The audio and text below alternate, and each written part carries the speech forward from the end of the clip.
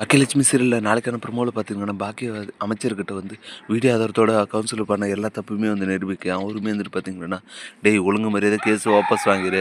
இதுக்கு மேல நீ இப்படியே பண்ணிட்டு இருந்தேன்னா, உன்ன கட்சியிலருந்து நீக்கிருவேன்" அப்படின்னு சொல்லிட்டு கவுன்சிலர் ரொம்பவே வார்ன் பண்ண, அவருமே பார்த்தீங்கன்னா, "சரி தலைவரே நான் கேஸ் வாபஸ் வாங்கிறேன்" அப்படின்னு சொல்லிட்டு ஒத்துக்கிட்டு, அங்கேருந்து கிளம்பி போய் பார்த்தீங்கன்னா, போலீஸ் கால் பண்ணி சொல்றாங்க.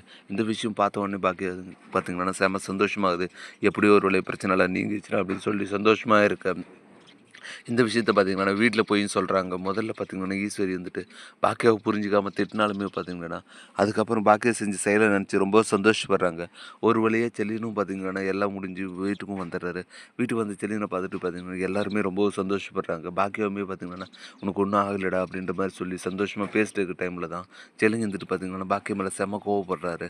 "அம்மா எல்லா தப்பும் உன்னால தான்ம்மா. உன்னால தான் நான் இப்ப ஜெயிலுக்கு போய் இவ்வளோ கஷ்டப்பட்டு வந்திருக்கேன். இதெல்லாம் எனக்கு தேவையா? நான் அப்பயே சொன்னேன், இந்த ரெஸ்டாரண்ட்டே உனக்கு வேணாம். வேற எதனா பண்ணு அப்படின்னு சொல்லிட்டு.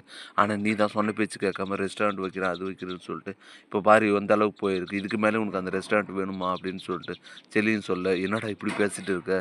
நீ இப்போ வெளியே வந்ததுனாலே அந்த ரெஸ்டாரண்ட்னால தான்டா. அது கொஞ்சம் புரிஞ்சுக்கடா.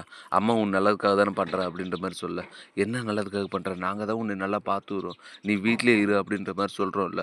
அதையும் மீறி நீ ஏம்மா இப்படி பண்ற? உனக்கு வர வர திமிரு அதிகமாகி போச்சும்மா அப்படின்னு சொல்லிட்டு செல்லினுமே பாக்கியம் மேல கோவப்பட, டேய் என்னடா நான் இவ்வளோ பண்ணியிருக்கேன். நீ எத புரிஞ்சுக்காம நீ என்னமோ உங்க அத்தை மாரியே பேசிட்டு இருக்க அப்படின்ற மாரி சொல்ல, பாட்டி எதுக்குல்ல எதுல எதுக்கு இழுக்குறீங்க? நான் சொன்னது செய்றீங்களா இல்லையா? அப்படின்னு சொல்லி கேட்க, பாக்கியம் பார்த்தீங்கன்னா, யாருக்காகவும் நான் என் ரெஸ்டாரண்ட் விட்டு கொடுக்க மாட்டேன் அப்படின்னு சொல்லிட்டு உறுதியா இருக்காங்க.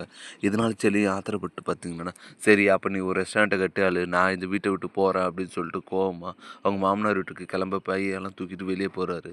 இப்படி தான் வரப்போற எபிசோட் போப்போகுது. அடுத்து என்னெல்லாம் இன்ட்ரெஸ்டிங்கா நடக்க போகுதுன்றத நான் பொறுத்திருந்து தான் பார்க்கணும். மேலும் இது போன்ற வீடியோக்கள தொடர்ந்து பார்க்க மறக்காம நம்ம சேனல சப்ஸ்கிரைப் பண்ணிட்டுருங்க. Thank you.